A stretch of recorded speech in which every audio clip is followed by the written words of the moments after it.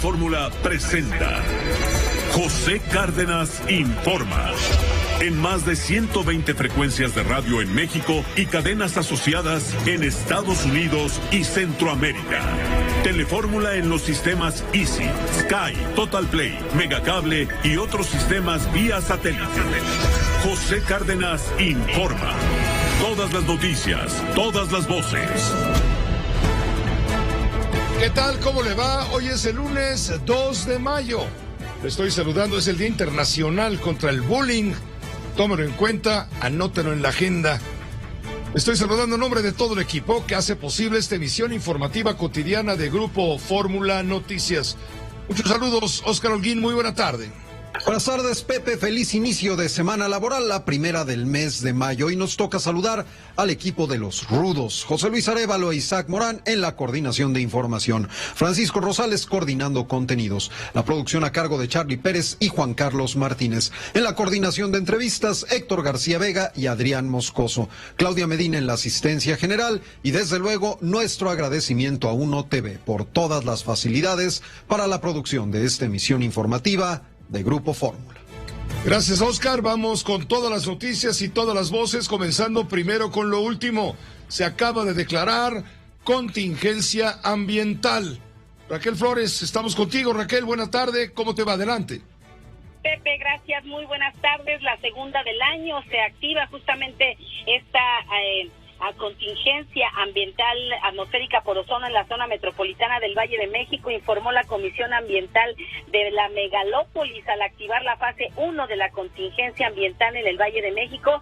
Y es que a las 17 horas, Pepe, se registraron concentraciones máximas de ozono que superan los 155 partes por millón, así se llaman las ppm, en las estaciones de monitoreo de Benito Juárez, Santa Fe, Pedregal, Iztacalco y la UAM Iztapalapa. Por ello, la comisión activó el doble hoy no circula para el día de mañana, miércoles 3 de mayo. Muy atentos, Pepe, porque se van a suspender la circulación desde las 5 horas y hasta las 22 horas, los vehículos de uso particular con holograma de verificación 2, los vehículos de uso particular con holograma de verificación tipo 1, cuyo último dígito numérico sea 1, 3, 5, 7, 8 y 9, así como aquellos, Pepe, cuya matrícula esté conformada solo por letras.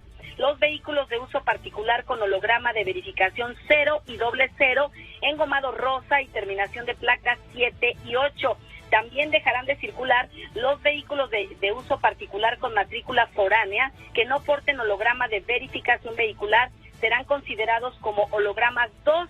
Las unidades que transportan gas licuado de petróleo, es decir, las pipas o con semirremolque cuya terminación de matrícula sea non, también están contempladas, Pepe. Los vehículos de carga local o federal dejarán de circular estos de las 6 horas a las 10 de la mañana, con excepción de aquellos, Pepe, que se encuentren en el programa de autorregulación de la Ciudad de México o del Estado de México. También mucha atención para los taxistas que porten holograma de verificación 1 o 2, que deberán dejar de circular de acuerdo a las disposiciones indicadas o los incisos A y B. Se les aplicará la restricción de circulación de las 10 horas, Pepe, hasta las 22 horas. La Comisión de la Megalópolis ha informado que será hoy a las 20 horas, Pepe, poquito antes de que concluya este espacio de noticias, cuando emita un nuevo boletín informativo respecto a este tema para informar sobre las condiciones meteorológicas y de la calidad del aire que prevalezcan en la zona metropolitana del Valle de México, y con esto determinar, Pepe, si se levanta esta contingencia, esta fase 1, o permanece todavía hasta el próximo jueves, Pepe. Habrá que conocer cómo se manejará en las próximas horas, toda vez que estamos en épocas, Pepe, ya lo habían dicho los especialistas, en épocas de suspensión de partículas suspendidas en el aire, así es que tendremos mucho cuidado en informar, Pepe, lo que ocurra en las próximas horas, Pepe. Exactamente a las 20 horas darán a conocer un nuevo reporte, Pepe. A ver, Raquel, la gente que nos favorece con su atención en el área metropolitana del Valle de México, quisiera que nos repitieras las restricciones que implican esta fase 1 de contingencia ambiental para no meter la pata y no ser sujetos a una multa. Vámonos, todas las calcomanías con número 2 no circulan. Así es, Pepe. También aquellos vehículos de uso particular que porten holograma de verificación tipo 1, cuyo último dígito numérico sea 1, 3, 5, 7, 8 y 9, así como aquellos cuya matrícula esté conformada solo por letras. Tampoco los vehículos de uso particular que tengan holograma 0 y doble 0, engomado rosa o terminación de placa 7 y 8. Asimismo, Pepe, para quienes nos escuchan, los vehículos de uso particular que tengan matrícula foránea y que no porten holograma de verificación vehicular serán considerados como holograma 2. Aquellos que vienen de otros estados, Pepe, que no se aplica la verificación vehicular y que llegando a la Ciudad de México, pues van a ser contemplados como aquellos vehículos que porten el holograma 2.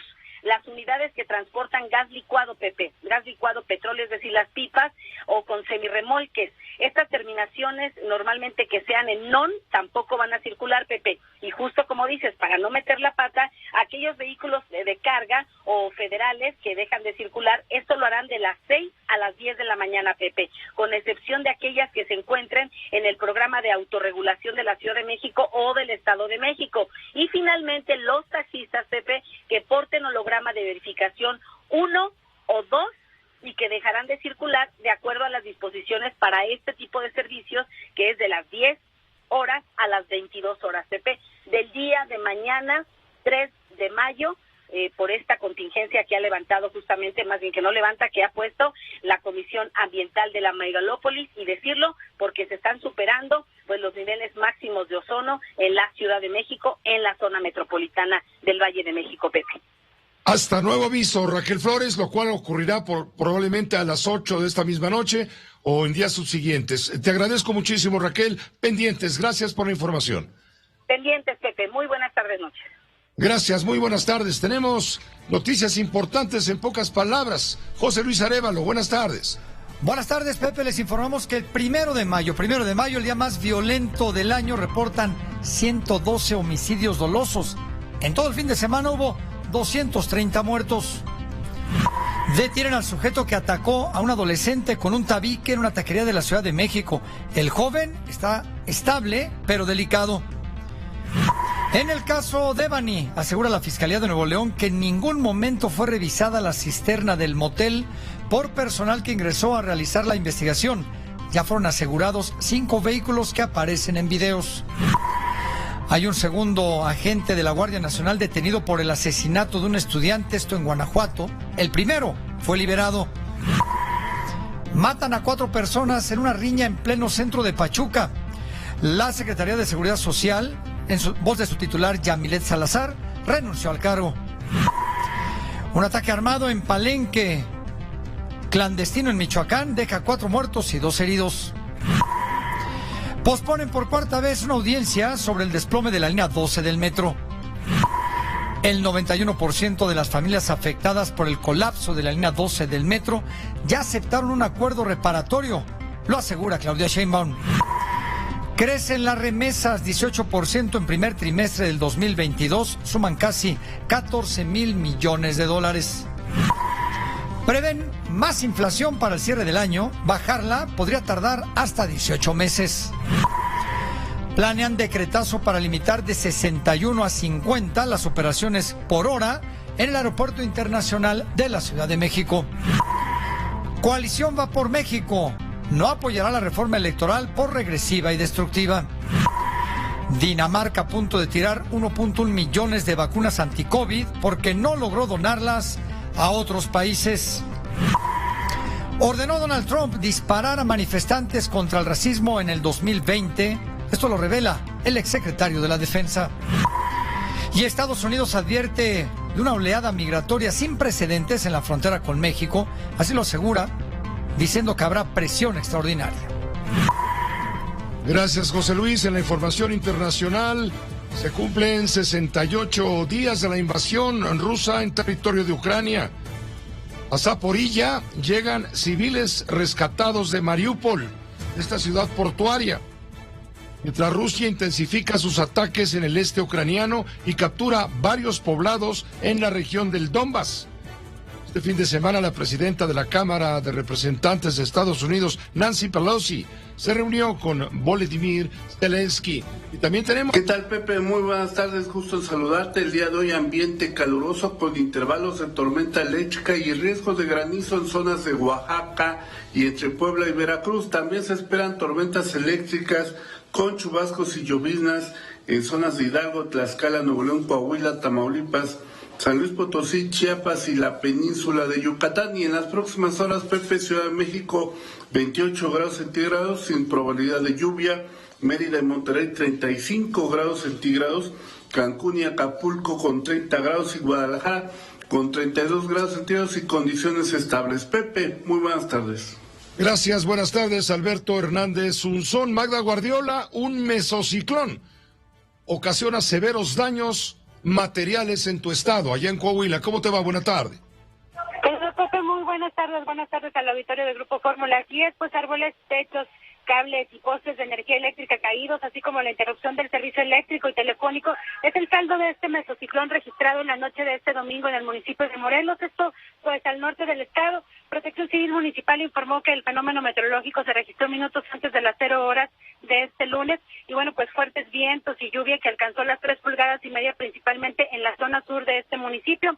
Aunque volaron láminas, pilones, ramas y cableado, bueno, pues no se reportaron personas lesionadas o sin vida por este fenómeno, solo daños materiales, como lo comentabas al principio. Y bueno, pues la lluvia sirvió para que creciera el río Escondido y la carretera Zaragoza-Morelos fue cerrada a la circulación. Esto, bueno, pues debido a que quedó bajo el agua, pero ya fue reabierta desde las primeras horas de esta mañana, Pepe. Muchas gracias por la información, Magda Guardiola. Pendientes, un abrazo. Un abrazo, muchas gracias. Vamos a una pausa muy breve. Vamos a hablar de el primero del año ha logrado un récord fatídico. El peor día, el más violento día en lo que va de este año 2022. Hubo solamente ayer, repito, domingo 1 de mayo, 110 homicidios o asesinatos dolosos. En un momento, detalles.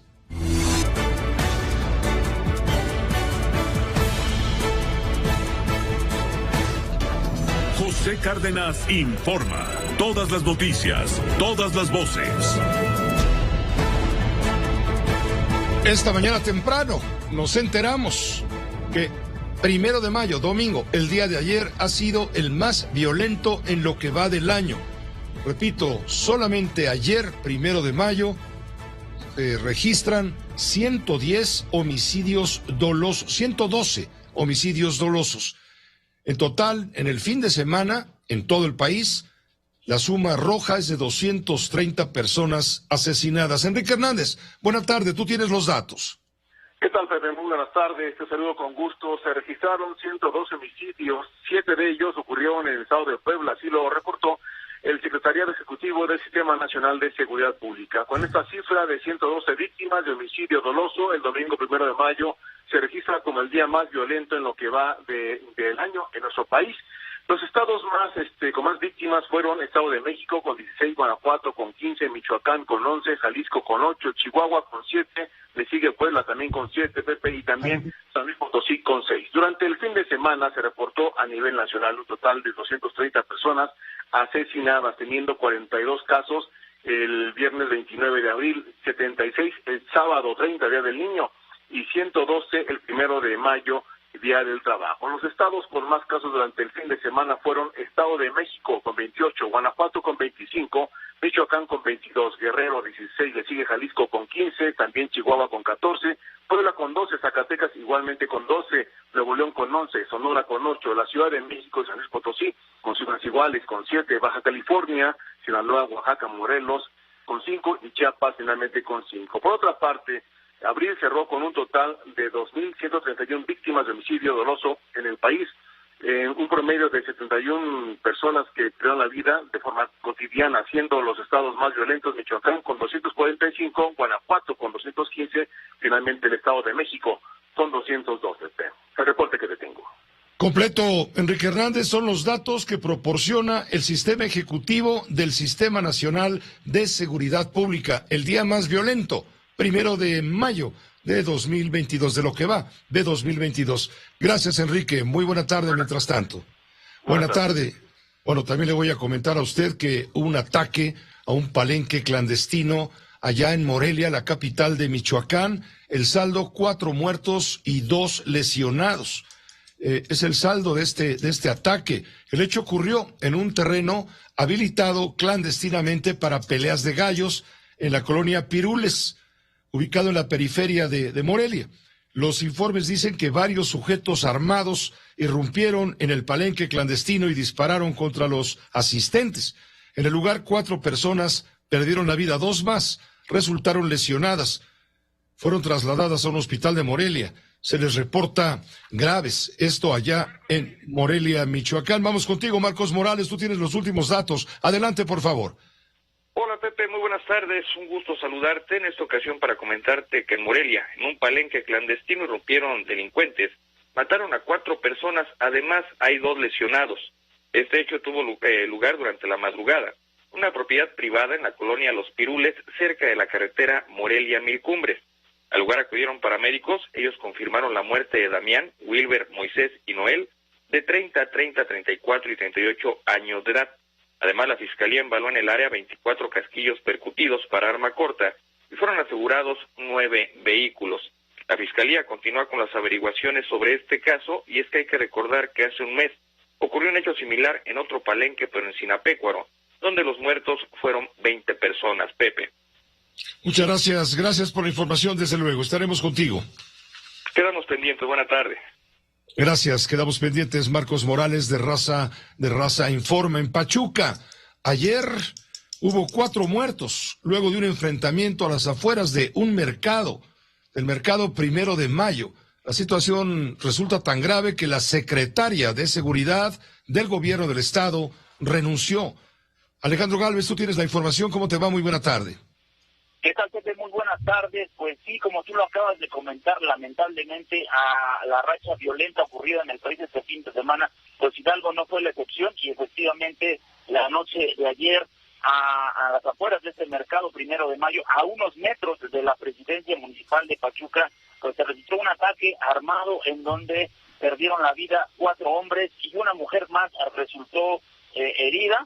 Te comento que debido a unos días después de este ataque, pues efectivamente la Secretaría de Seguridad Pública, pero de Pachuca, fue quien renunció. Yamilet Salazar renunció a la Secretaría. Esto fue confirmado ya por la presidencia municipal. Te comento que derivado del ataque, la noche de este domingo, se reportó que al 911 de emergencias emitieron un reporte de probables detonaciones de arma de fuego en la calle Morelos, a la altura de la calle de Ocampo, por lo que el incidente fue canalizado a instituciones de seguridad, protección civil y médicas para su atención. Cuando llegaron estas corporaciones de seguridad, pues se percataron y confirmaron que en el lugar estaban los cuerpos de 4 personas y una mujer más fue trasladada al hospital de la ciudad de Pachuca.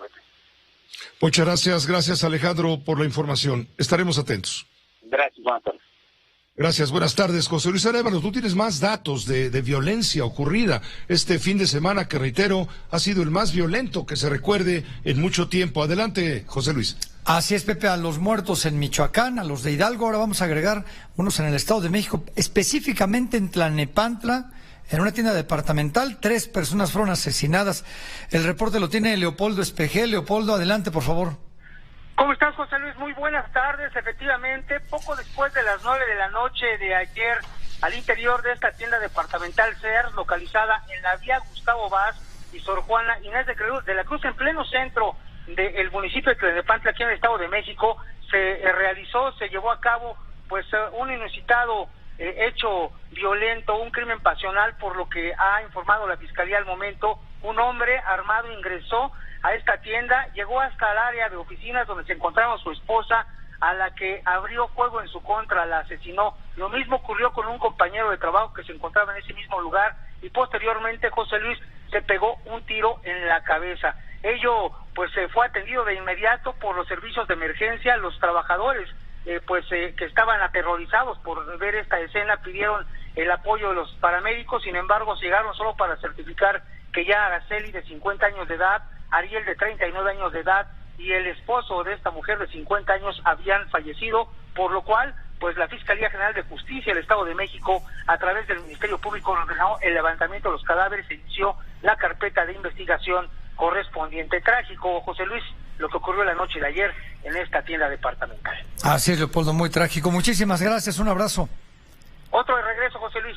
Muchas gracias. Esto como parte de los 230 muertos del fin de semana en todo el territorio nacional. Y vamos a otro caso que también tiene que ver con un asesinato. Es el asesinato del joven Ángel Yael, un estudiante de la Universidad de Guanajuato, que como usted sabe fue atacado por un miembro de la Guardia Nacional, que después fue liberado y finalmente detuvieron a otro miembro de la Guardia Nacional.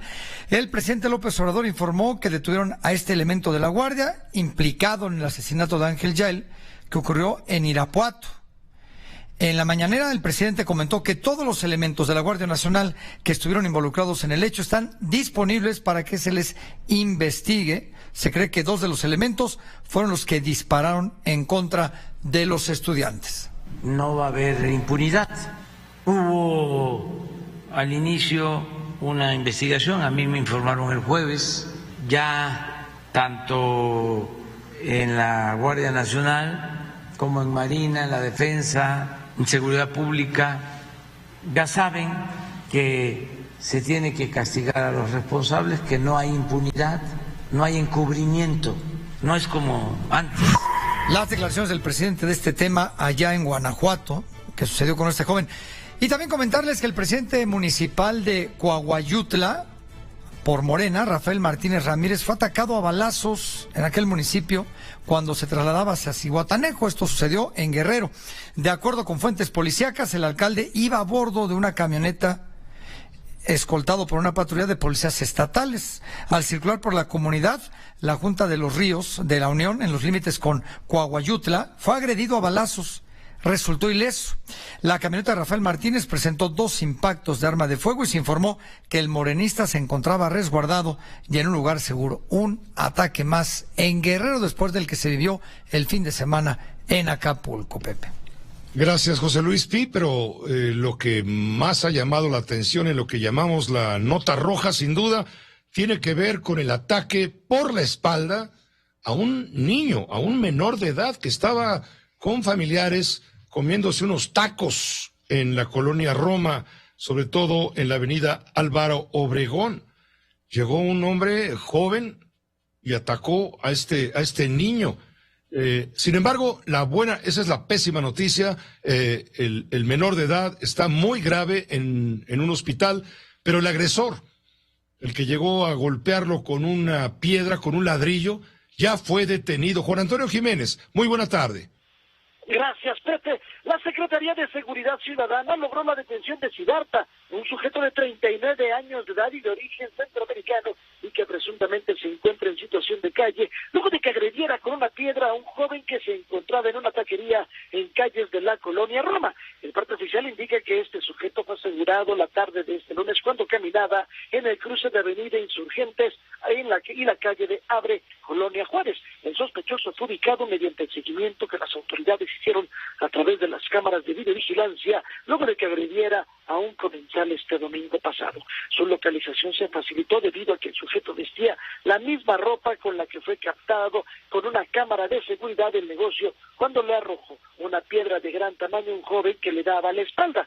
Al momento de su arresto, los policías le encontraron 10 dosis de cocaína, por lo que ya fue puesto a disposición del Ministerio Público de la Fiscalía Capitalina, acusado por el delito de narcomenudeo. El joven que fue agredido fue identificado con el nombre de Manuel y se encuentra internado en el Hospital San Angelín de Chapultepec.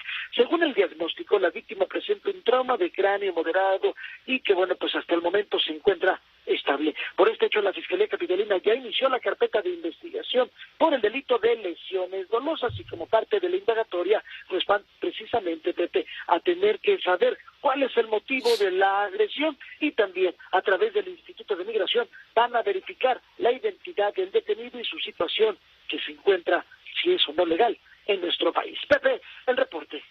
Mucho ayudó, gracias Juan Antonio, mucho ayudó sin duda la denuncia que inmediatamente circuló en las redes sociales con las imágenes en donde se capta el momento en que este menor de edad es agredido por la espalda con un ladrillo por este sujeto que ya está en manos de la justicia.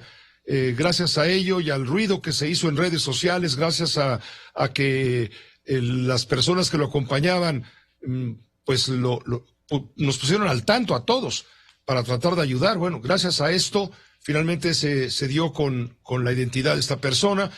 Fue detenida por agentes de la policía que lo sorprendieron, porque llevaba además la misma ropa que usaba el día anterior. Juan Antonio Jiménez, te agradezco muchísimo la información y los comentarios. Gracias, buenas tardes.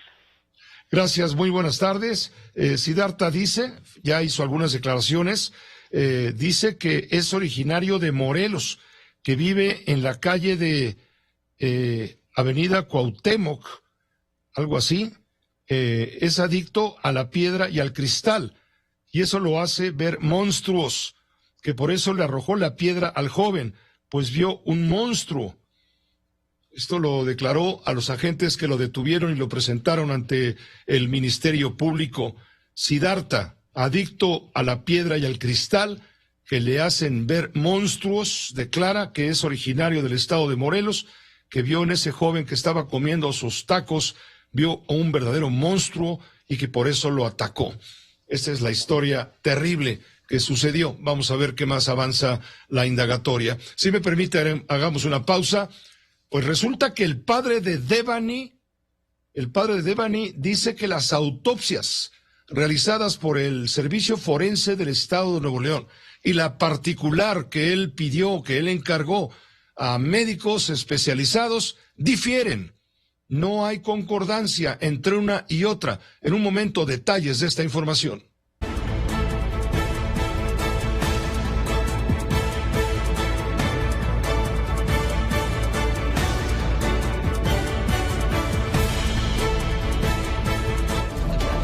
José Cárdenas informa. Todas las noticias, todas las voces. Permítame entrar en comunicación en este momento con Gregorio Martínez de Fórmula Nuevo León. Él trae un paquete informativo sólido que tiene que ver con el caso Devani, que sigue siendo un enigma y un cúmulo de contradicciones. Resulta que las autopsias de Devani, la que hizo la Fiscalía del Estado y la que mandó a hacer el papá, difieren. Tienen grandes diferencias. Esto lo dice el propio papá. También en torno a este caso que todavía no está resuelto, fueron asegurados 5 vehículos posiblemente involucrados en el caso de Devani. Hay 5 personas que están siendo indagadas, investigadas. Gregorio, un saludo muy cordial desde Ciudad de México hasta Monterrey. ¿Cómo te va? Muy buenas tardes. Igualmente, Pepe, muy buenas tardes, mucho gusto en saludarte. Pues seguimos con más preguntas que respuestas en torno al caso Devani. 11 días a partir del día de su localización, el cuerpo sin vida que fue localizado en el motel Nueva Castilla, y no hay una hipótesis firme sobre la causa de su fallecimiento. Como bien lo informabas, el padre de Devani, el señor Mario Escobar, da a conocer el día de hoy, no todos los detalles, pero algunos pormenores relacionados con esta segunda autopsia, la que él mandó realizar con a un médico cercano a su familia, según él mismo lo ha informado. Y para don Mario Escobar, Pepe, el padre de Devani, fue un feminicidio. Aseguró que tiene los resultados de la autopsia privada que hizo un médico amigo de su familia, que ya los entregó a la Fiscalía Especializada en Feminicidios, y señala que su dictamen tiene resultados distintos a lo que presentó la Fiscalía Estatal. Indicó que hay detalles que llaman la atención. Por ejemplo, el hecho de que Devani no traía los tenis Converse puestos al momento de ser encontrada. Es un tipo de calzado que es muy difícil de retirar. Agregó que en su autopsia, en la causa de muerte, no coincide con lo que dio a conocer la Fiscalía. ¿Por qué? Porque hay presencia de golpes, más allá del golpe, de la contusión profunda de cráneo, como lo reveló el fiscal Gustavo Adolfo Guerrero, que habría más golpes en el cuerpo, que tampoco proporcionó detalles, pero evidentemente son resultados diferentes, Pepe, que sí hay una distancia muy importante entre el peritaje oficial y este peritaje alterno que da a conocer hoy, no con detalle, el padre de Devani Escobar. Solicitó que si hay personal que incurrió en alguna negligencia al momento de realizar la autopsia, que también sean removidos de sus cargos. Así, hoy, la inconformidad de Mario Escobar, quien había estado cercano, pues tú lo viste el miércoles pasado ahí sentado a la mesa con el fiscal y con otras autoridades de la Fiscalía, incluso con el representante del Servicio Médico Forense, Pepe.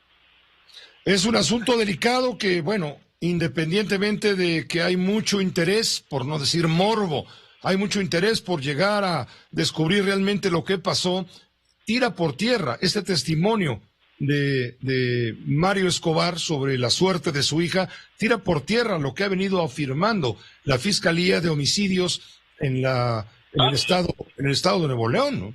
Sin duda, y más aún, Pepe, porque hoy por la mañana también la presentación que hizo la fiscal especializada en feminicidios, Griselda Núñez, también dejó pues muchos puntos abiertos. ¿Por qué te digo esto? Por ejemplo, el tema de que si hubo vehículos en el momento en que Devani se encontraba ahí en las instalaciones del motel.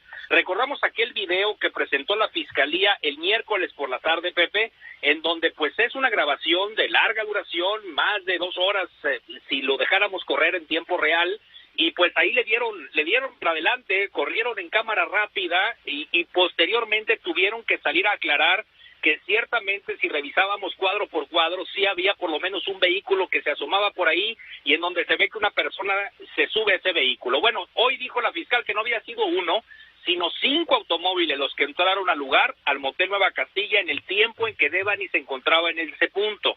Señala que están interrogando a 5 personas, conductores de esos 5 vehículos, que también están interrogando al propietario de la Quinta Diamante y a personas que asistieron a la fiesta. De eso no han dado a conocer videos, Pepe, pero llama la atención que ya pasaron muchos días y que no hay videos en torno a esta fiesta. Y más que eso, la declaración que hizo Alicia Leal.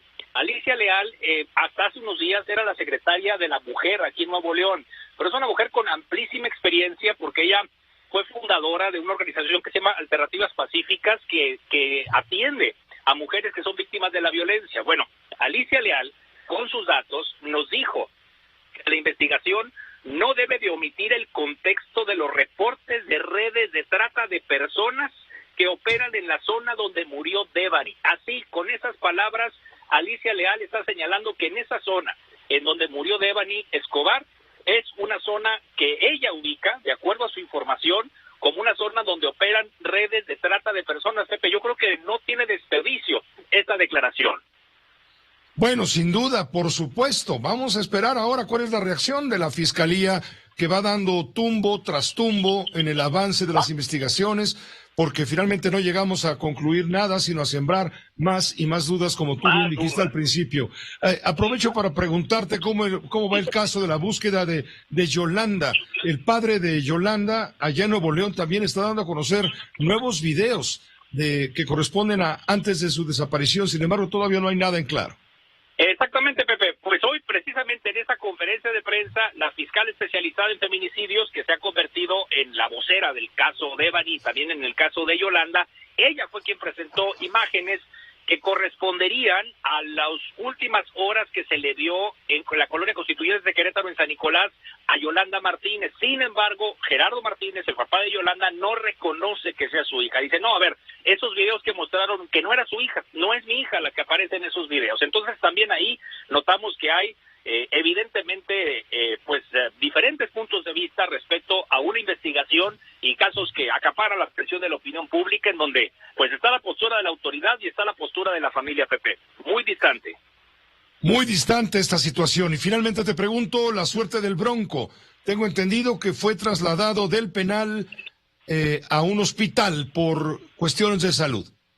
Fíjate, ahí lo que sucedió el fin de semana con el exgobernador de Nuevo León, pues resulta que, bueno, se ha dicho que tiene padecimiento gástrico.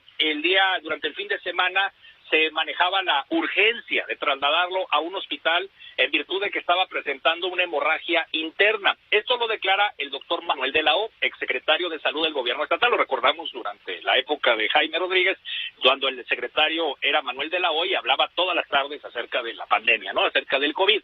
Bueno, es amigo personal del exgobernador y ha estado también al pendiente de su salud.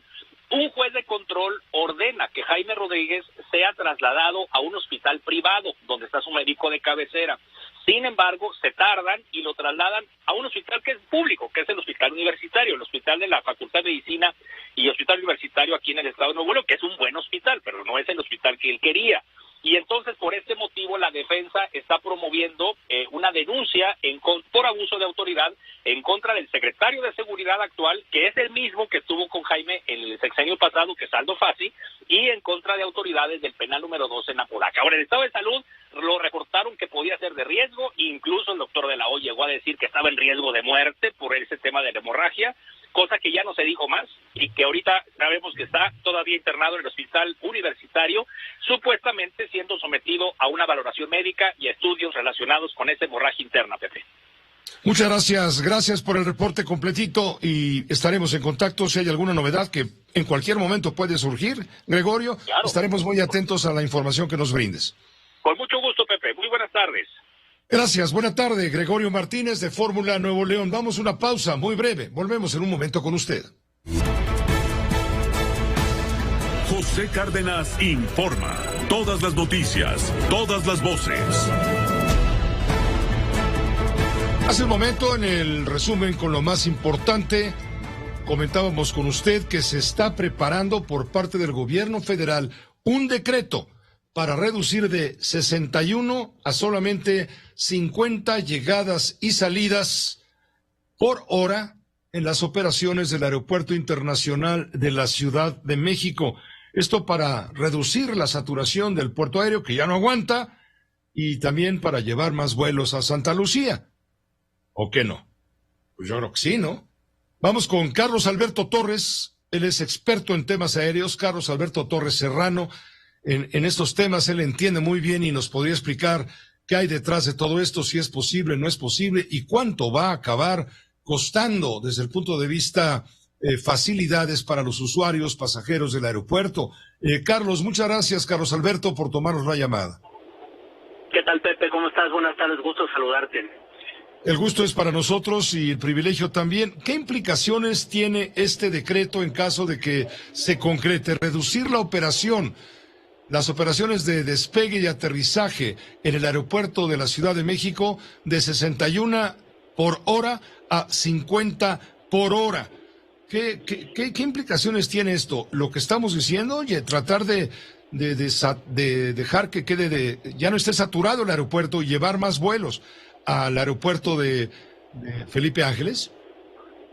Así es, Pepe. Creo que hay algo que hay muy importante que recordar, que las 61 operaciones por hora proviene de un decreto de saturación que fue publicado en el Diario Oficial en el 2014, es decir, estamos hablando de cerca de 8 años cuando esto ocurrió, y previo a eso, algunos años atrás, las operaciones estaban limitadas a cerca de las 50 operaciones por hora.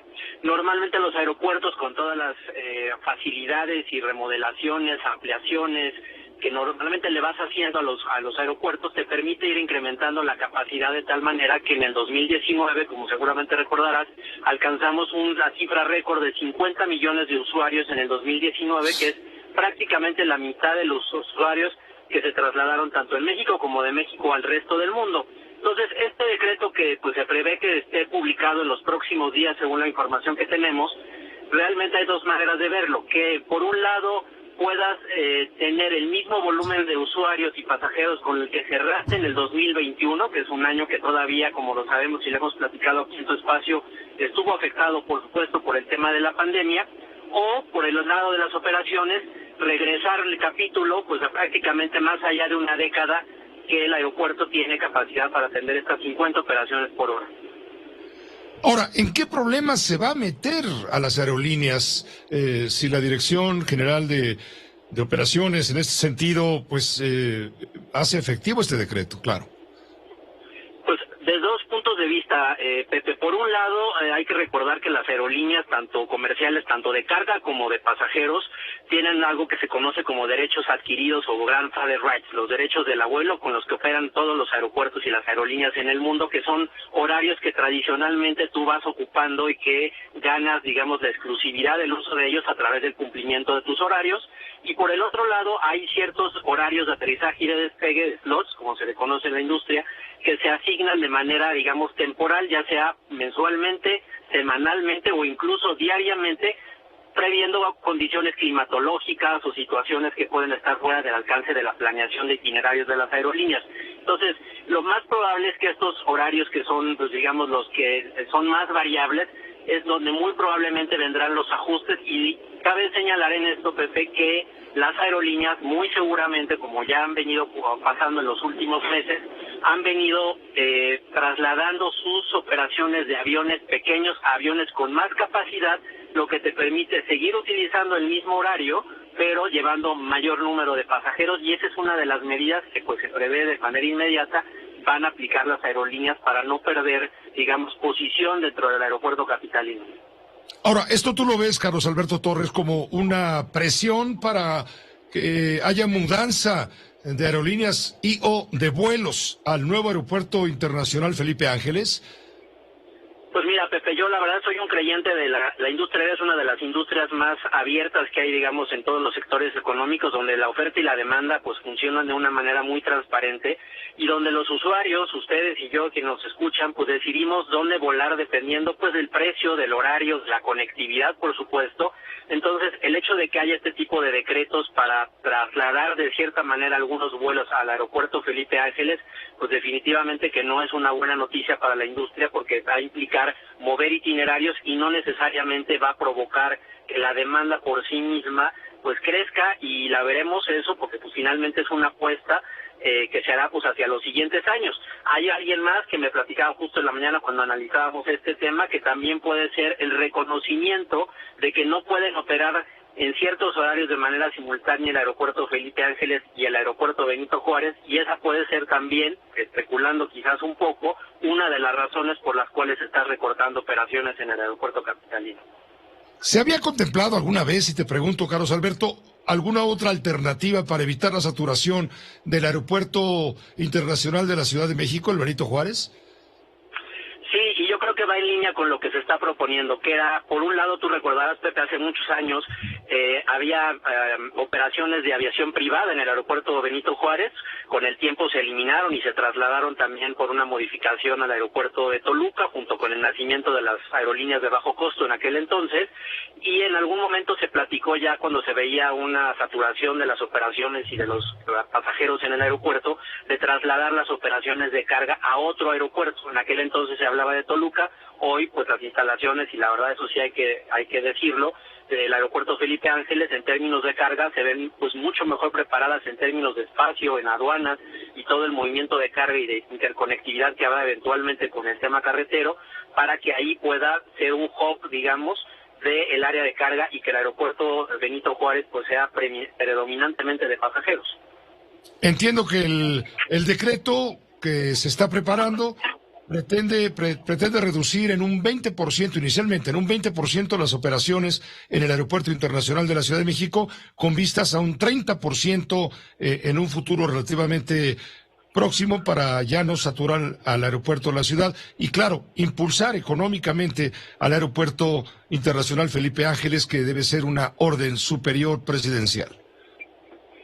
Totalmente de acuerdo, Pepe, y agregaría yo que pues el momento que entre el decreto, digamos, en vigor, hay que recordar que las temporadas, digamos, de planeación de itinerarios de todas las aerolíneas en todo el mundo son en dos temporadas, la de invierno y la de verano. Entonces, no veremos una afectación directa en las operaciones de verano, pero sí veremos ya una afectación seguramente en la planeación de itinerarios para toda la temporada de invierno, y ahí veremos pues de qué tamaño es la magnitud respecto pues de esta reducción que por decreto se hará pues a las operaciones desde y hacia la Ciudad de México.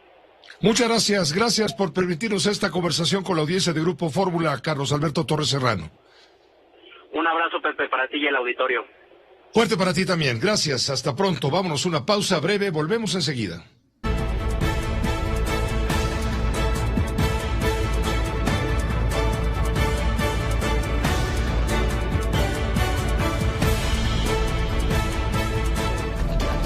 José Cárdenas informa. Todas las noticias, todas las voces. Bueno, el próximo día 5 de mayo, que es el jueves, el presidente de la República, y después de conmemorar la batalla de Puebla del 5 de mayo, va a viajar en un avión de la Fuerza Aérea Mexicana, va a viajar a Guatemala, y llegará, claro, en la misma tarde del jueves. Allí en Guatemala, el presidente se va a entrevistar con el mandatario del vecino país del sur. pasará la noche en Guatemala, al día siguiente vuela a El Salvador, a República del Salvador, se ve con el presidente, por la tarde viaja a Honduras, también va a estar con la presidenta, luego va a estar con el primer ministro de Belice y finalmente viajará a La Habana, Cuba.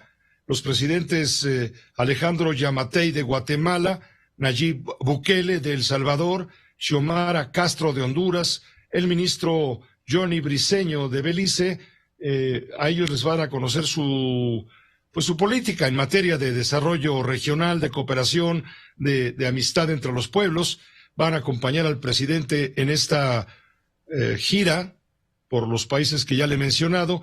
Su esposa, Beatriz Gutiérrez Müller, la historiadora, así como los secretarios de la Defensa Nacional, de Marina, también van a estar con él, le digo, el secretario de Defensa, Luis Crescencio Sandoval, y el almirante José Rafael Ojeda Durán. El tema tiene que ver también, obviamente, con lo que tanto preocupa a Estados Unidos, como es el asunto migratorio. En un momento lo vamos a comentar todo esto con Armando Guzmán, porque hay una gran preocupación por parte del secretario de Seguridad Interior de los Estados Unidos, Alejandro Mayorkas, advirtiendo que se viene una oleada migrante procedente de Centroamérica vía México muy fuerte y va a haber que ejercer muchísima presión. Seguramente este es uno de los temas que dialogaron el presidente de México y el de Estados Unidos, Joe Biden, cuando tuvieron oportunidad de tener una llamada telefónica el viernes al mediodía, el presidente de México desde Isla Mujeres, el presidente Biden desde la Casa Blanca. Pero vamos primero con Rafael Cardona para comentar esta gira presidencial a Centroamérica. ¿Por qué? Es la primera pregunta. ¿Por qué AMLO hace un viaje a Centroamérica? ¿Por qué la urgencia? Salvo tu mejor opinión, claro. Rafael Cardona, ¿cómo te va? Vamos al cristalazo. Muy buena tarde. Pepe, me da mucho gusto saludarlos a todos. Y bueno, Pepe, el presidente de la República, evidentemente va a Centroamérica impulsado por dos asuntos que interesan geopolíticamente. Uno es la migración centroamericana, que tiene a México como plataforma, a veces como indeseado refugio, a veces como amenaza del ejército mexicano y de la Guardia Nacional, y todo lo que ya sabemos que hemos hecho para favorecer una política restrictiva del gobierno de Estados Unidos en materia migratoria, y pues para que no lleguen a la frontera del sur de los Estados Unidos, los detenemos o los queremos detener en la frontera del sur de México. Pero el presidente de la República tiene una teoría. El presidente de la República cree que los problemas se resuelven fomentando el desarrollo económico de los países expulsores de emigrantes. En el fondo, tiene razón. Pero lo malo de esta receta presidencial es que si se quiere fomentar el desarrollo económico sembrando arbolitos, pues hay que esperarse a que los arbolitos crezcan y para que sirvan de algo y puedan dar frutos o puedan convertirse en recursos maderables, pues pasan 15 o 20 años y en esos 15 o 20 años la población de Centroamérica ya se duplicó. ¿Por qué? Pues porque es lo único que saben hacer, gente, y esa gente se va porque no tiene forma de sobrevivir en esos países. Pero en asuntos más inmediatos, bueno, pues el presidente quizás tenga algo que decir en relación con lo que en El Salvador se hace en materia de derechos humanos para controlar, según ellos, la delincuencia. Hemos visto estas redadas donde hay 20,000, 30,000 detenidos de golpe y el hacinamiento brutal en las cárceles de El Salvador. Y bueno, no sé si él le podrá decir al presidente salvadoreño, al señor Bukele, que por qué mejor no ensaya con los abrazos en vez de con los balazos y los cadenazos. No sé si le podrá decir a Xiomara Castro cómo puede hacer para quitarle a su país la sombra del narcotráfico, porque haber encarcelado a Orlando Hernández no es suficiente para que desaparezca de un día para otro la narcoinfluencia en ese narcogobierno. Y en Guatemala, bueno, pues por desgracia no es la Guatemala de Miguel Ángel Asturias quien escribió parte del señor presidente en las tierras mexicanas, ni es la Guatemala del Popol Vuh únicamente, o de Bernal Díaz del Castillo, que ahí en su ancianidad hizo la crónica de la conquista de la Nueva España. Guatemala es un país de gravísimas deficiencias económicas, como todo Centroamérica, y el presidente pues va simplemente, creo yo, a decirles que tengan alguna forma de detener a sus emigrantes, porque él ya no quiere o ya no puede estarle sirviendo de tapón al gobierno de los Estados Unidos. Y después, pues Pepe, viene este viaje a Cuba, que no tiene ningún sentido porque Cuba dejó de ser un país con importancia estratégica cuando desapareció el mundo bipolar. Cuando acabó la Guerra Fría, el último ladrillo del muro de Berlín se hundió en las aguas del Mar Caribe. Cuba hoy es un país que no tiene ninguna importancia ni continental ni internacional.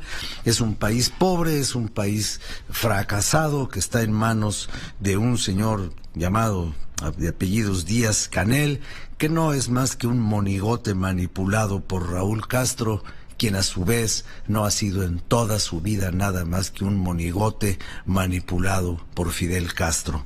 Pero para desgracia de los cubanos, en materia geopolítica y para alegría de muchos de ellos, en materia de haber visto desaparecer al ogro, Fidel Castro ya no está. Y la revolución cubana era Fidel Castro, la revolución cubana era. No hay nada que ir a hacer a Cuba como no sea, pues, disfrutar un poco de la nostalgia, quizás remojada con un mojito.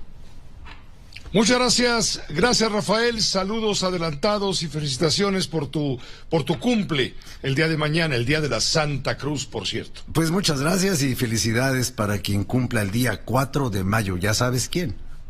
Ya sabemos quién, que te vaya muy bien. Muchas gracias, Pepe. Fuerte abrazo. Hasta luego, gracias. Igualmente, Rafael Cardona. Pues sí, va a Cuba y le recuerdo que el presidente tuvo una conversación con el mandatario estadounidense Joe Biden apenas el viernes y hablaron de la conferencia, de la cumbre llamada Cumbre de las Américas, que va a tener lugar el 6 de junio, dentro de un mes más o menos.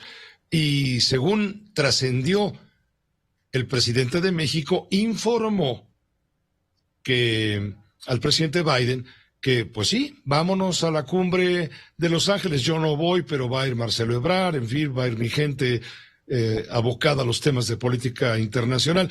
Pero te pido un favor, querido Joe Biden, no dejes de invitar a ningún país a esta cumbre de las Américas para que realmente sea representativa. ¿A qué se refiere el presidente? Bueno, pues el presidente se refiere a Cuba, a Nicaragua y a Venezuela. Dice el presidente que le pidió eso al presidente Biden. Lo dijo por la mañana, hoy en Palacio. Con todo respeto, le planteé al presidente Biden que si va a haber una cumbre de las Américas, tienen que participar todos los países, todos los pueblos de América. Que nadie debe excluir a nadie. Todos. Y que ya tiene que cambiar la política. En América ya no podemos seguir manteniendo la política de hace 2 siglos. Entonces, de manera muy respetuosa, porque ¿cómo es que convocamos a una cumbre de las Américas, pero no invitamos a todos? Entonces, ¿de dónde son los que no están invitados? ¿De qué continente? ¿De qué galaxia? ¿De qué satélite? Dice el presidente de la República que le dijo al presidente Biden lo que no dijo el presidente de México y que sí admitió el director de las relaciones de México con Estados Unidos, fue que Estados Unidos le planteó una serie de necesidades vinculadas con sumar a México a las medidas económicas de veto, de castigo al régimen ruso por la invasión, por la acción catastrófica, terrible, la masacre que está ocurriendo en Ucrania. Esto lo dijo Roberto Velasco hace un par de días. No habló específicamente del tema, pero dice que sí se tocó este asunto. Esto no trascendió ni en Washington ni tampoco en México. Simplemente el director para las relaciones de México con América del Norte sí lo hizo anotar. En un momento regresaremos con Armando Guzmán. Permítame una pausa mientras tanto. José Cárdenas informa. Todas las noticias, todas las voces.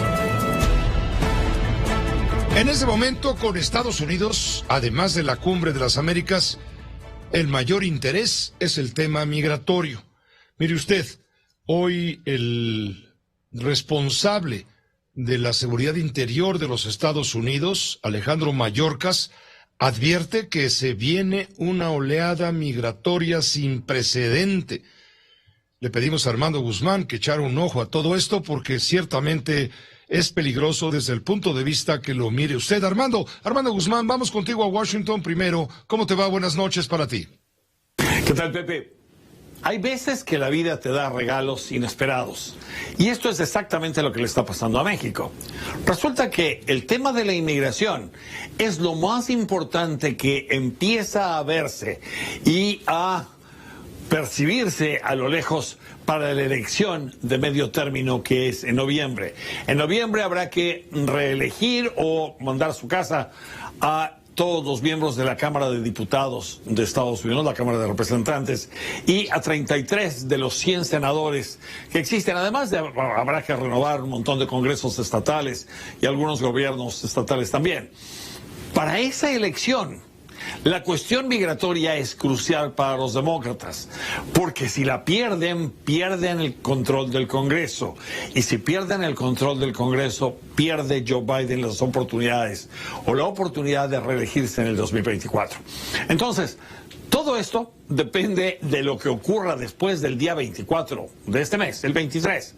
Pero a partir del 24, que es el día siguiente, cuando el presidente levante el famoso título 42, que supuestamente le va a dar mucha idea a la gente que ya no hay impedimento para entrar a los Estados Unidos. Gran error, porque este título 42 es reemplazado por el título 8 de la ley de inmigración, que lo que quiere decir es no te dejan ni entrar, nada más te llegas hasta la puerta y de ahí mismo te deportan y te regresan.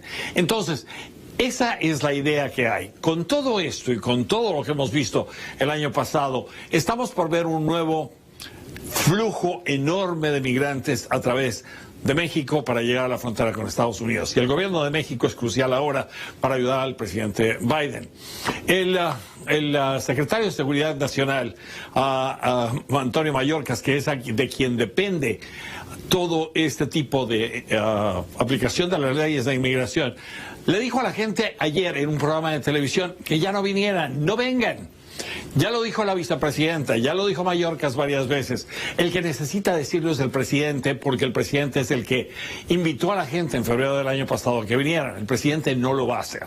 Pero mientras nos damos cuenta de que esta situación migratoria es particularmente importante, particularmente crucial, y ahora las negociaciones que está realizando a partir de hoy el canciller de México en esta ciudad y las que realizará mañana en una agenda que ya está llena, pues también van a dar una pauta de hacia dónde va todo esto. Y mira, Pepe, esto está ocurriendo en un momento en que la relación no iba muy bien, en que la relación estaba siendo tirante, y esto ofrece una nueva oportunidad para volverla a recalibrar, que es lo que se hace con esta relación muchas veces durante los años. Pero bueno, ahí es en donde estamos esta noche.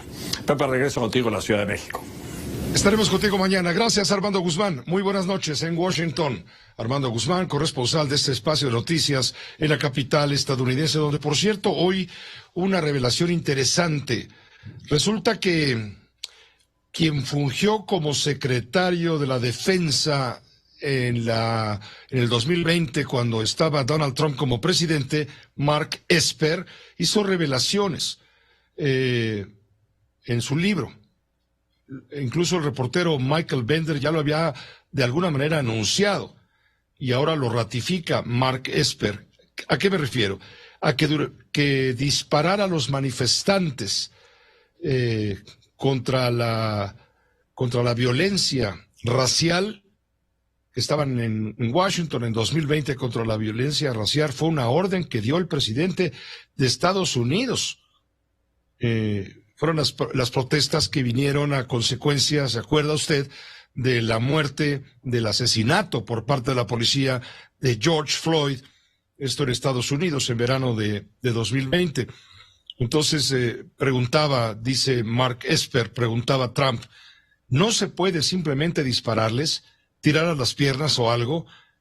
Esto le dijo lo comenta Mark Esper en algo que se llama Juramento Sagrado, un libro de memorias que verá la luz la semana que viene y al que ha tenido acceso antes de la publicación el portal Axios y lo difunde.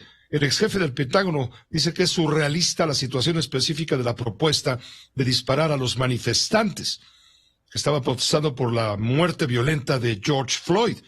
Es el pasaje de sus memorias en donde describe a un Trump rojo de ira, quejándose a voz en grito de las manifestaciones que habían llegado a Washington. Explica que lo complicado fue pensar cómo hacer que Trump retrocediera sin intensificar el caos. Vaya, le digo, vaya asunto. Tenemos el contacto ya con el doctor José Antonio Crespo, analista político. Él está muy pendiente de cómo va el tema del equipo cercano al presidente de la República, cercanísimo, diría yo, al presidente de la República en términos de la sucesión presidencial. ¿Cómo va el equipo de las corcholatas? Porque la fanaticada está agitadísima. Hasta casi hoy, a veces de alguno y de otra, el grito maldito, ya sabe cuál. Sí.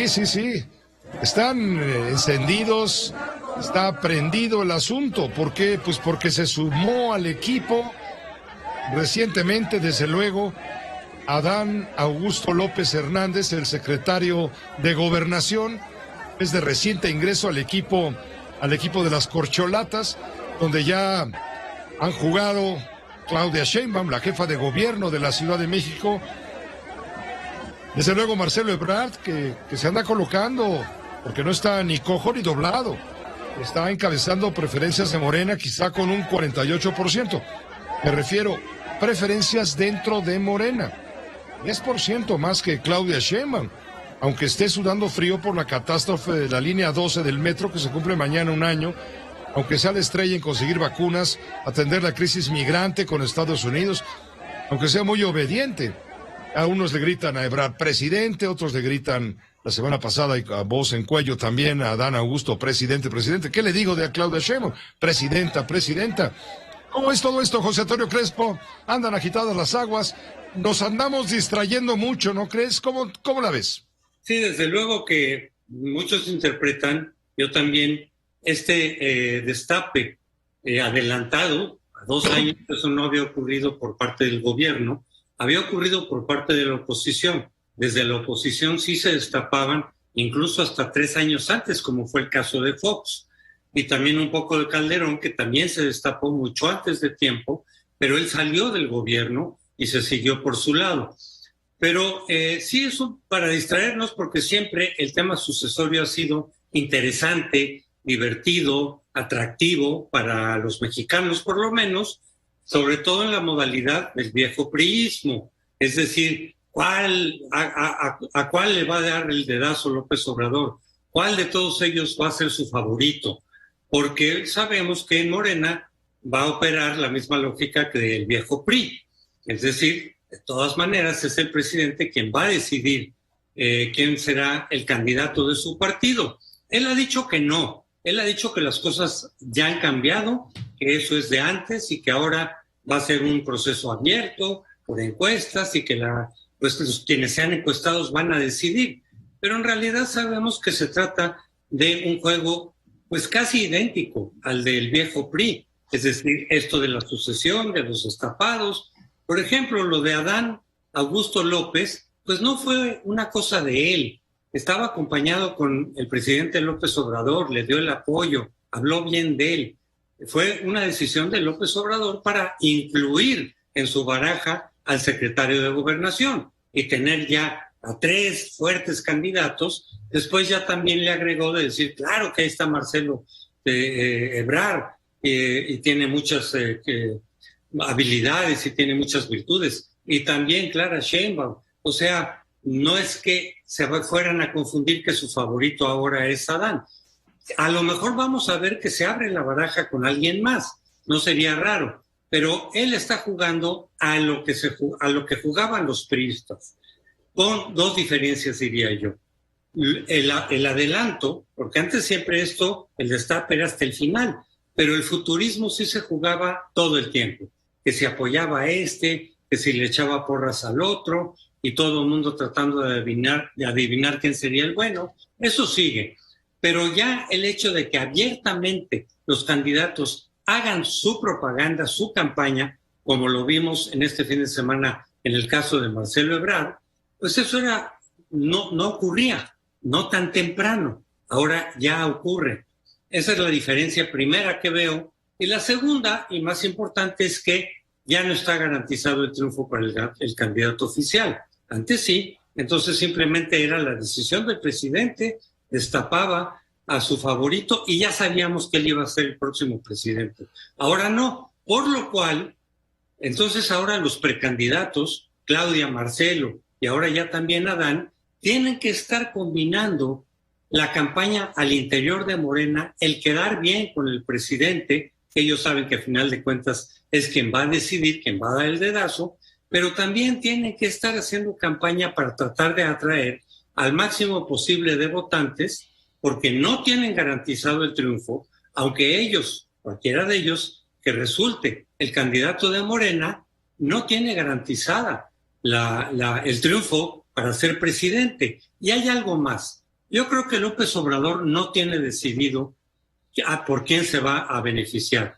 Todos pensamos en general que su favorita es Claudia Sheinbaum. Sí, pero hay un criterio que va a ser el determinante y no lo conocemos todavía hoy, que es quién sí puede garantizar el triunfo de Morena. Porque si dentro de 2 años o año y medio, cuando ya López Obrador decida quién va a ser su candidato, las encuestas no favorecen a Claudia Sheinbaum, que es un escenario probable, no se puede descartar, que vea que Claudia Sheinbaum no garantiza el triunfo frente a la oposición, lo cual también dependerá de lo que hagan los opositores en términos de si hacen una alianza o no. A lo mejor ahí, yo creo que López Obrador, el criterio que va a pesar para decidir si es Claudia, si es Marcelo o si es Adán o algún otro que se sume más adelante, va a ser quién tiene más probabilidad de ganarle a la oposición. Y eso lo saben los candidatos, los candidatos de Morena. Por eso ellos también tienen que estar haciendo una especie de campaña, no solo al interior de Morena, sino en general. ¿Para qué? Para que en el momento en que López Obrador tenga que decidir cuál de esos candidatos va a ser el bueno, en las encuestas ellos aparezcan por encima de sus rivales. Si, por ejemplo, Pepe, en las encuestas de dentro de 1 año y medio, Marcelo tiene una clara ventaja por encima de Claudia, eso es algo que ya está empezando a ocurrir en algunas encuestas. Justamente hoy vi una donde Marcelo le lleva 6-7 puntos de ventaja a Claudia. Bueno, si eso ocurre para cuando ya López Obrador vaya a decidir, entonces eso va a contar como un criterio fundamental para que López Obrador decida quién será el candidato de Morena. Y eso lo saben los precandidatos actualmente. Pues te agradezco el comentario, sí, coincido contigo. Hay por ahí una encuesta, enseguida te digo la fuente. Hay una encuesta en general, pues, pero específicamente hacia el interior de Morena. Sí. Y Claudia Sheinbaum traería al interior de Morena un 38% de preferencias. Sí, pero Marcelo Ebrard al interior de Morena traería un 48% de preferencias en este momento, no falta muchísimo, pues le lleva 10 puntos a Claudia Sheinbaum. Ahora, el recién ingresado al equipo de las corcholatas, y me refiero al tabasqueño Adán Augusto López Hernández, bueno, pues él acaba de entrar ya en esa calidad de pre candidato, como sea, él apenas trae un porcentaje pequeño, un porcentaje del 12% de preferencias al interior de Morena. No, ni te menciono a Ricardo Monreal, bueno, que él también trae un 11 por ahí, más o menos. Pero pues Monreal prácticamente, él quisiera estar en la jugada, pero pues no está en la jugada. Esta encuesta es de CIE Research, así se llama, CIE Research. Entonces yo creo que sí va a ser un dedazo, pero sí van a tener en cuenta las encuestas para ver quién es el que más posibilidades tiene que ganarle a la oposición. Y así se hará la decisión por parte del observador. Pues muchas gracias, José Antonio Crespo, que te vaya muy bien, muy buenas noches. Igualmente, Pepe, hasta luego. Hasta luego. Lo que ha dicho el presidente es que, como sea y con quien sea, a la oposición le vamos a dar una paliza. Lo dijo ayer, al conmemorar el 1 de mayo, el Día del Trabajo, en la refinería de Dos Bocas, donde, por cierto, Adán Augusto López Hernández, la secretaria Rocío Nale, la encargada de la construcción de la refinería de Dos Bocas directamente, en fin, el director de Pemex, Octavio Oropesa, recibieron no solamente silbidos, abucheos de parte de los trabajadores. En un momento lo comentaremos todo esto con Carlos Marín.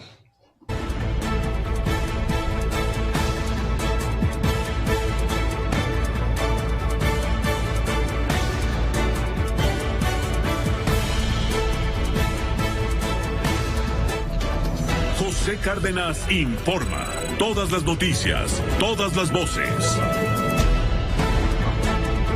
Estamos enlazados con el periodista Carlos Marín. Los demonios andan sueltos, Carlos, y el presidente de la República muy optimista, y tanto que ayer dijo en Dos Bocas, Tabasco, en el contexto de la refinería con motivo del Día del Trabajo, dijo que Morena le va a ganar a sus opositores y por paliza, haciendo esta figura, digamos, deportiva. ¿Cómo estás? Bien, Pepe, me da gusto saludarte, a la enorme audiencia que tienes también. Y mira, a mí me llamó la atención porque el presidente, que evitó referirse por su nombre al partido que fundó, que es Morena, estaba pues hablando de peloteros y de, pues ya sabes, le encanta el béisbol, y enrachado en el juego maravilloso del béisbol, dijo: vamos a seguir ganando, sí, vamos a seguir ganando los juegos por paliza. Bueno, me llamó la atención porque me pregunto, diría López Obrador, y lo digo sinceramente, con todo respeto, ¿de dónde le saldrá el optimismo cuando en las últimas 3 semanas la paliza, pues más bien se la ha llevado su partido y se la ha llevado él? Desde el fracaso del ejercicio de la reborratificación de mandato, que como ya sabemos fue dinero echado a la alcantarilla, con el 80% del padrón electoral absteniéndose de participar en ese ejercicio. A la semana siguiente, pues fracasó la iniciativa de contrarreforma eléctrica porque la oposición, que ya ves que enseguida fue calificada de traidora a la patria, pues no la dejó pasar. Luego viene pues sabemos que Donald Trump es un mitómano, pero en los hechos, pues el gobierno mexicano se dobló ante las presiones de Trump. Bueno, no deja de ser una zarandeada. Después, la petición, hoy lo supimos, del presidente de México, el de los Estados Unidos, para que pudieran participar todos los mandatarios del continente, pues no prosperó. Tienen tache los gerifaltes, yo digo dictadores de Cuba, Nicaragua y Venezuela. Ya le contestó el Pentágono. Y para acabarla de amolar, hoy es el día en que se contabiliza el mayor número de asesinados en lo que va del año. Bueno, pienso que el optimismo presidencial no tiene dónde apoyarse, y si a esto sumas la distracción que está habiendo con los aplausos y creo que inclusive abucheos a uno de sus, pues no les digo corcholatas ni corchos, a uno de sus probables precandidatos al dedazo presidencial, a Adán Augusto López en Dos Bocas, abucharon a Rocío Nale, la secretaria, pues, y con los problemas que está teniendo en la aceptación pública la precandidatura de Claudia Sheinbaum, pues yo no sé de dónde le sale el optimismo, porque ya por lo pronto, el 10 de abril, pues no votaron por su ratificación los mismos 30 millones que lo hicieron presidente, Pepe. Y ha sido tan maltratada la clase media que más de 3.700.000 clasemedieros cayeron ya en los índices de pobreza, y con pleitos como el que sostiene con los ambientalistas y las personalidades artistas por el tramo 5 del Tren Maya, no se diga con la comunidad académica, lo que sucede en el CIDE, etcétera. Yo creo que esto de que los juegos que va a seguir jugando los ganará por paliza, pues está por verse, Pepe. Y creo que muy por verse, y tendrían que ponerle veladoras a no sé quién para ver si acaso aquí sí se sacan una lotería, pero una lotería más consistente que la falsa lotería del avión presidencial. Gracias, Carlos. Gracias por tu comentario, como siempre. Gracias a ti, Pepe, y buenas noches. Fuerte abrazo. Buenas noches. Bye. Carlos Marín, los demonios que andan sueltos hoy, hablando del inexplicable optimismo del presidente de la República. Hagamos una pausa y después un recorrido por la información internacional más relevante. Hablo concretamente del parte de guerra en el día número 68 de la invasión de Rusia sobre el territorio ucraniano. Cárdenas informa. Todas las noticias, todas las voces. Y al cierre informativo, José Luis, ¿qué más tenemos? Tenemos que un juez da una segunda suspensión provisional que frena el tramo 5 del Tren Maya. Esta es la segunda suspensión obtenida por la Asociación Defendiendo el Derecho a un Medio Ambiente Sano, con sede en Cancún, y una de las varias obtenidas ya por otras organizaciones a nivel local. Entonces, lo que quiere decir que un segundo revés contra el proyecto del presidente López Obrador del Tren Maya allá en Quintana Roo. Esto en temas nacionales. Vamos a temas internacionales, a la situación entre Rusia y Ucrania. Les contamos que tras el rescate ayer domingo de casi 100 civiles de Mariupol, los primeros evacuados de la siderúrgica de Azovstal llegaron al centro de refugiados de Zaporilla en Ucrania, pero Rusia volvió a atacar. Ya han llegado al centro de recepción de refugiados de Zaporilla los primeros evacuados de Azovstal y sus inmediaciones. Más de 120 civiles, según Rusia, han logrado escapar este fin de semana de esta zona de Mariupol asediada por ella. La operación ha sido auspiciada por la ONU y la Cruz Roja. Según la alcaldía de Mariupol, la evacuación continúa pese a las dificultades, ya que al mismo tiempo Rusia ha reanudado los bombardeos, según ha informado el comandante de la brigada número 12 de la Guardia Nacional Ucraniana. Según el alcalde de Mariupol, hay varios autobuses habilitados para evacuar a más gente de la ciudad. En la planta de Azovstal continúan refugiados cientos de personas, incluidos 20 niños y unos 500 heridos, según las tropas ucranianas. En tanto, las tropas rusas continúan sus asaltos en el este de Ucrania, sobre todo contra importantes importantes instalaciones militares. Cruce de vídeos sobre los combates en Ucrania. Kiev ha difundido estas grabaciones de 2 patrulleras rusas destruidas por aviones no tripulados cuando navegaban por el Mar Negro. Mientras que Moscú ha mandado imágenes de cómo su sistema de misiles balísticos Iskander de alta precisión realiza tareas de combate. Las tropas rusas, que continúan con sus asaltos en el este de Ucrania, han señalado que sus ataques se han dirigido contra importantes instalaciones militares ucranianas. Rusia señala que ha derribado un caza MiG-29, una decena de drones, 3 depósitos de cohetes, armas de artillería, municiones y varias zonas de concentración de tropas ucranianas. Por su parte, el comandante en jefe de las Fuerzas Armadas en Ucrania, el general Valery Sursulitsky, informó que esta madrugada destruyeron 2 barcos Raptor rusos cerca de la isla de las Serpientes. También autoridades ucranianas informaron que recuperaron la localidad de Ruska Losova. Y hoy lunes, la presidenta de la Cámara de Representantes de Estados Unidos, Nancy Pelosi, afirmó en Varsovia que la Unión Europea, sin lugar a dudas, debería comportarse de manera similar a Washington en cuanto a las sanciones contra Moscú.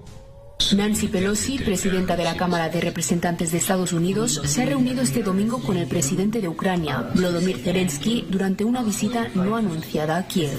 La visita de Pelosi, la dirigente estadounidense de más alto rango, tenía como objetivo manifestar el apoyo de su país al gobierno ucraniano. La presidencia ucraniana difundió a primera hora en su cuenta de Twitter estas imágenes del encuentro en las que se puede ver la bienvenida del presidente ucraniano a Pelosi y sus acompañantes. La visita de Pelosi no había sido anunciada, aunque sí que era esperada. El gobierno de Hungría subrayó que no apoya la posibilidad de que la Unión Europea imponga sanciones contra las importaciones de petróleo y gas que habitualmente requieren la aprobación de todos los Estados miembros del bloque. El vocero del Ejecutivo húngaro, Zoltán Kovács, salió al paso de unas informaciones de una cadena de televisión alemana que apuntaban a Budapest que podría levantar su veto, y ha recalcado que la postura de Hungría sobre las sanciones al petróleo y al gas ruso siguen sin cambios. En otros temas, el ministro de Exteriores israelí Yair Lapid condenó las graves declaraciones de su homólogo ruso Sergei Lavrov, quien afirmó que igual que el presidente ucraniano Volodymyr Zelensky, Adolfo Hitler también tenía orígenes judíos. Israel y la comunidad internacional responden a las palabras del ministro de Exteriores ruso Sergei Lavrov, que dijo este lunes que tanto Hitler como el presidente ucraniano Volodymyr Zelensky tenían orígenes judíos, unas declaraciones que han levantado ampollas. Zelensky esgrime un argumento. ¿Cómo podemos ser nazis si soy judío? Si lo recuerdo bien, puede que me equivoque, pero Hitler también tenía orígenes judíos. Así que no significa absolutamente nada. Durante algún tiempo hemos escuchado de los sabios judíos que los mayores antisemitas eran judíos. Israel ha convocado al embajador ruso en el país para que dé una explicación sobre las graves declaraciones de Lavrov. Su homólogo israelí aseguraba en Twitter que los comentarios del ministro de Asuntos Exteriores Lavrov son una declaración imperdonable e indignante, así como un terrible error histórico. Gracias, José Luis, y gracias a usted por su atención y confianza. A nombre del equipo, lo invito para que a continuación en estas frecuencias de radio sintonice la Fórmula Financiera. Lo esperan los periodistas Mari Carmen Cortés, Pepe Yuste y Marco Antonio Mares, y en Telefórmula, el doctor Leonardo Curcio. Hasta mañana con todas las noticias y todas las voces.